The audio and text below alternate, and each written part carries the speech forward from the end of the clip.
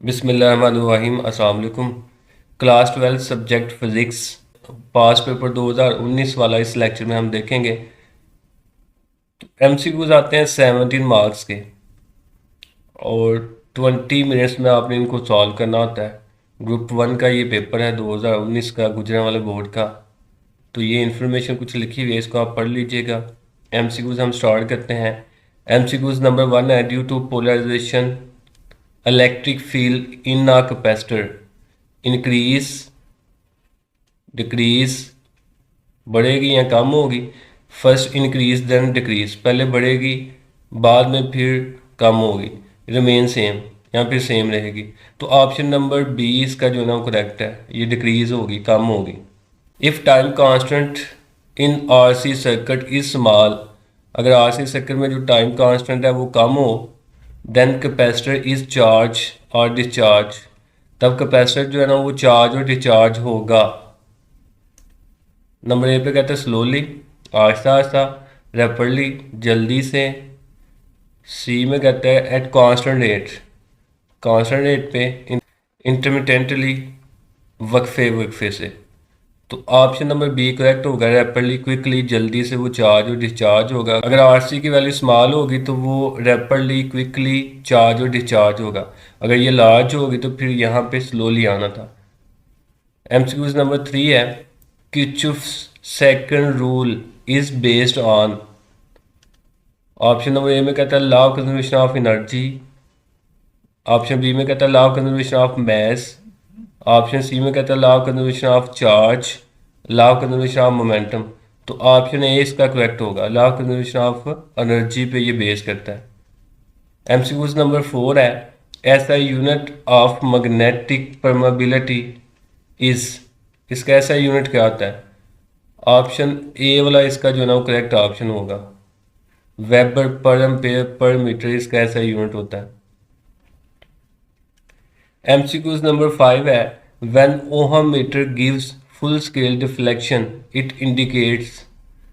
तो ये इंडिकेट करेगा ज़ीरो रेजिस्टेंस को, इन्फानाइट रेजिस्टेंस को, स्मॉल रेजिस्टेंस को, या फिर वेरी हाई रेजिस्टेंस को। तो ऑप्शन नंबर ए इसका करेक्ट होगा, ज़ीरो रेजिस्टेंस को। जब ohm meter full scale deflection देगा इसका मतलब करंट मैक्सिमम होगी, और जब करंट मैक्सिमम होगी रेजिस्टेंस जो है ना वो ज़ीरो होगी, मिनिमम होगी। तो ऑप्शन ए इसका करेक्ट होगा। एमसीक्यूज नंबर 6 है, Lenz law deals with the. Lenz law किसको डील करता है।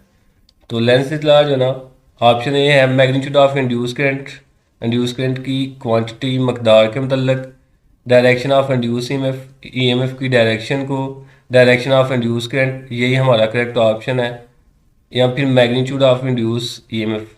तो ऑप्शन सी इसका करेक्ट होगा। एमसीक्यूज नंबर 7 है, when current flowing through an inductor is doubled. जब जो करंट फ्लो कर रही है इंडक्टर में से उसको हम डबल कर दें, then energy store it in it becomes, then energy stored in it becomes, तब एनर्जी जो है ना वो कितनी होगी। तो इसका फार्मूला हम देख लेते हैं। एनर्जी स्टोर का फार्मूला ये है हाफ एल आई का स्क्वायर। अगर हम करंट को डबल कर देंगे तो 2 का स्क्वायर 4 आ जाएगा, तो इसका मतलब एनर्जी 4 टाइम्स हो जाएगी। ऑप्शन ए में है हाफ, गलत है। ऑप्शन बी है 4 टाइम्स, तो ये ऑप्शन हमारा करेक्ट होगा। ऑप्शन सी है 1/4, यानी कि चौथा हिस्सा कम हो जाएगा। डी है डबल, डबल हो जाएगी। तो ऑप्शन बी इसका करेक्ट ऑप्शन है। एमसीक्यूज नंबर 8 है, in a capacitive circuit of AC quantity. अगर हम ऐसा सर्किट लें जिसमें कैपेसिटर हमने कनेक्ट किया हुआ है और एसी करंट उसको हम सप्लाई कर रहे हैं, व्हेन क्यू इज ज़ीरो, तब जो चार्ज है वो ज़ीरो है। The slope of Q T curve, जो स्लोप होगी क्यू टी कर्व की वो क्या होगी। कल भी आप सोचें क्यू टी कर्व जब बनेगी तो ये चार्ज और टाइम के दरम्यान में बनेगी। अब चार्ज ही ज़ीरो होगा तो फिर कर्व भी क्या होगी, ज़ीरो होगी। तो इसका ऑप्शन सी जो है ना वो करेक्ट होगा। एमसीक्यूज नंबर 9 है, when AC passes through an inductor. जब एसी करंट इंडक्टर में से पास करेगी, voltage leads the current by an angle, जो वोल्टेज है वो करंट को लीड करेगी कितने एंगल से। ऑप्शन ए में कहता है 0 डिग्री से, गलत है। ऑप्शन बी में कहता है 45 डिग्री से, ये भी नहीं है। ऑप्शन सी में कहता है 90 डिग्री से, ये ऑप्शन करेक्ट है सी वाला, या फिर 180 से, ये भी गलत है।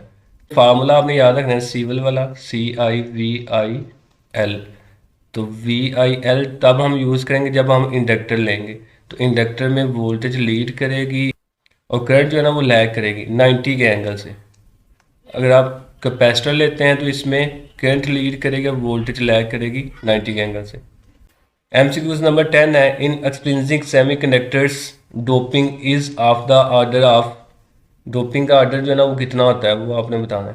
ऑप्शन ए है 1 एटम टू 10⁻⁴, ये गलत है।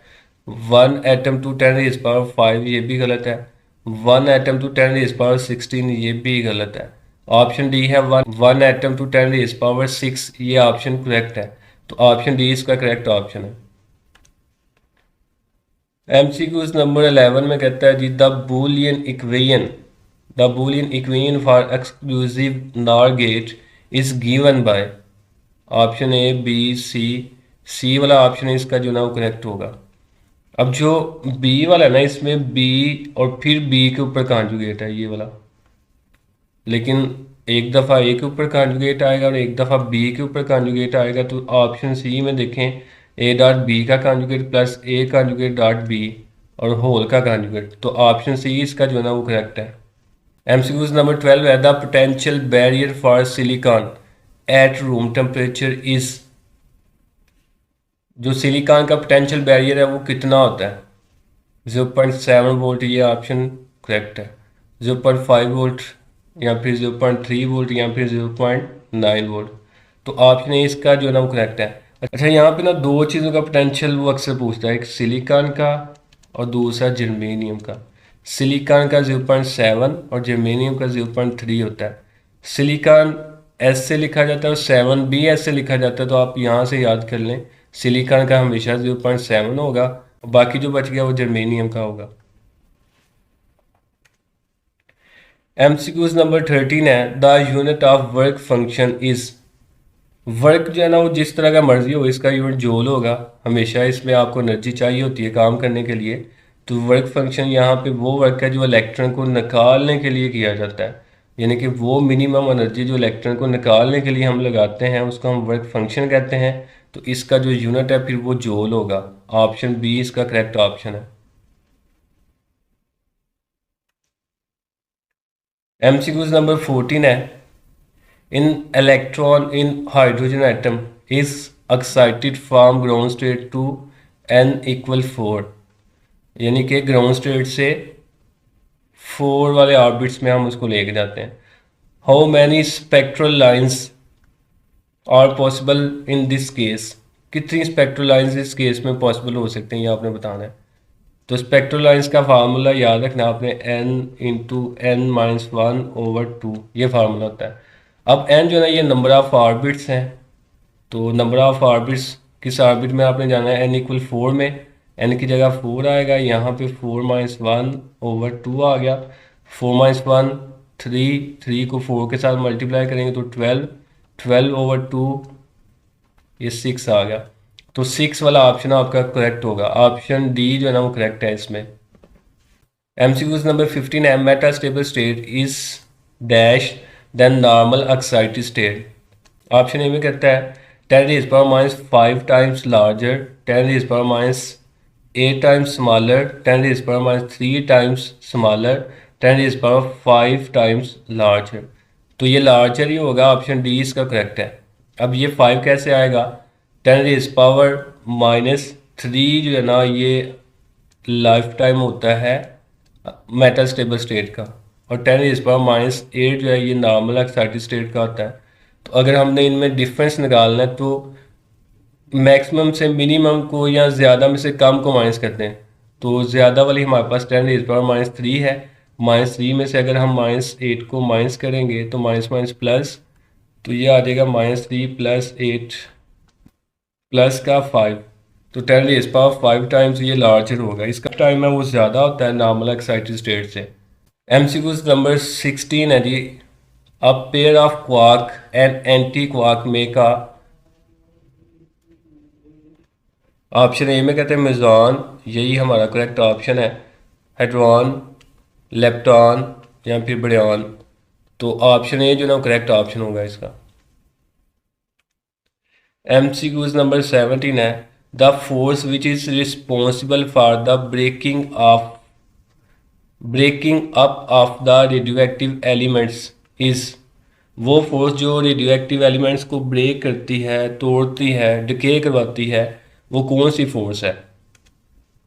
स्ट्रॉन्ग न्यूक्लियर फोर्स, ये तो प्रोटॉन्स को आपस में जोड़ के रखती है। ऑप्शन ए जो ना वो गलत है, वो नहीं होगा। ऑप्शन बी है ग्रेविटेशनल फोर्स, ये तो ज़मीन की कशिश है या प्लैनेट्स की कशिश होती है, ये भी नहीं है।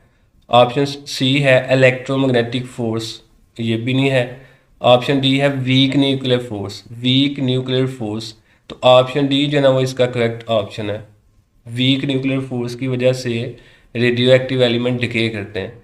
तो ये ऑब्जेक्टिव पेपर था गुजरांवाला बोर्ड का 2019 का। सब्जेक्टिव पार्ट इसका नीचे है, वो आप देख लें एक दफ़ा।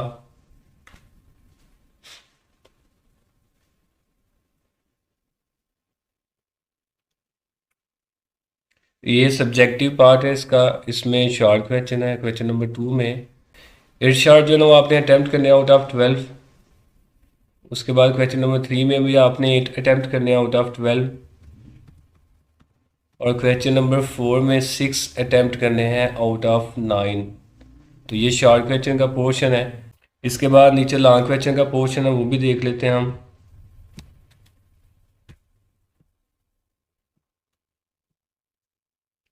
सेक्शन 2 में लॉन्ग क्वेश्चन आते हैं और लॉन्ग क्वेश्चन आपको 5 आएंगे, आपने कोई से 3 जो है ना वो अटैम्प्ट करने हैं। एक पार्ट थ्योरी का होगा और एक पार्ट जो है ना वो न्यूमेरिकल का होगा। थ्योरी 5 नंबर की आएगी, जबकि न्यूमेरिकल जो है ना वो आपको 3 नंबर का आएगा। तो ये 8 नंबर का एक सवाल होगा। टोटल आपने 3 करने हैं, 24 नंबर के आपको लॉन्ग क्वेश्चन आएंगे। 24 मार्क्स के आपको लॉन्ग क्वेश्चन आएंगे और 44 मार्क्स के शॉर्ट क्वेश्चन, 17 मार्क्स के MCQs आएंगे। इन सब को प्लस कर ले तो ये 5, 6, 7 और 8, 85 मार्क्स का आपका टोटल पेपर होगा।